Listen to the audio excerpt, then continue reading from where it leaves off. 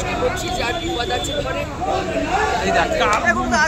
আমি আগাইনি, আমি তো পেছিয়ে আছি। আমি কাউকে গালাগালি করতে আমি একা একা চলে এসেছি। আমি কাউকে অপমান করতে আসিনি। আমি যারা যাচ্ছে কয়েকজন মাত্র মানুষ কাজে কমে বেরিয়েছেন, তারা কাজের মতো করে সুস্থভাবে স্বাভাবিকভাবে বাড়ি ফিরুক, কাজে যাক। আমার কোনো ভাঙচুরের দরকার নেই। আমি বিশ্বাস করি না, কিন্তু আমার প্রশ্ন হচ্ছে একটি দুটো তিনটে বাচ্চা ছেলে, সেই ছেলেগুলো তারা ছাত্র সমাজ বলে একটা জনগণকে আহ্বান রেখেছে। কিন্তু একটা অনেক মানুষ আছে, আমরা অনেক বয়স্ক লোকেদের দেখেছি, মধ্যবয়স্ক লোকেদের দেখেছি।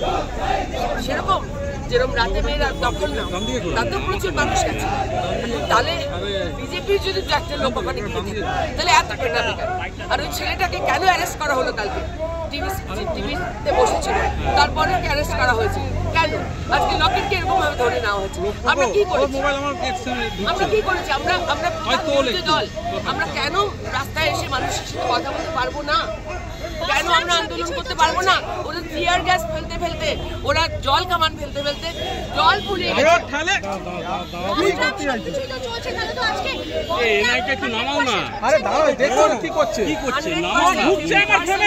আমি কারোর সাথে কোনো তর্কে যাবো না। যার বিপদ আছে, যার প্রয়োজন আছে, যার মনে হচ্ছে সে পদ মানবে না, তার পূর্ণ অধিকার আছে।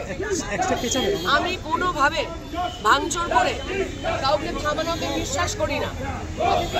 দাদা, আমি টিএমসির গোব্যাক স্লোগানকেও বিশ্বাস করি না।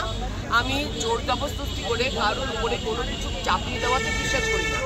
আমার বক্তব্য যে আমার কালকে খুব কষ্ট হয়েছে বাচ্চাটা যখন দেখলাম যে ওকে অ্যারেস্ট করে সায়নকে। আরে ভাই, ওর দোষটা কি? ওকে তো প্রেস কনফারেন্স শুনলে আপনারা বুঝতে পারবেন ও একটা সিম্পল ছেলে। ও কিন্তু রাজনৈতিক কোনো মানে সংগঠন চালাবার মতো কোনো মানে এই নেই, ক্ষমতা নেই।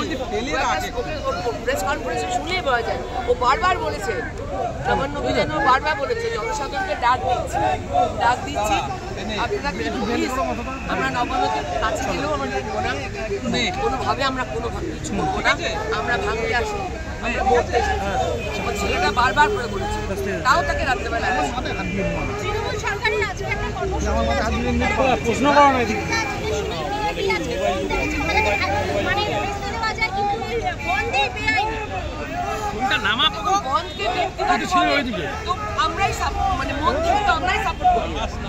বহুদিন বলেছি বন্ধ কোনো ভালো লক্ষণ নয়, কিন্তু এইভাবে দিনের পর দিন এই অত্যাচার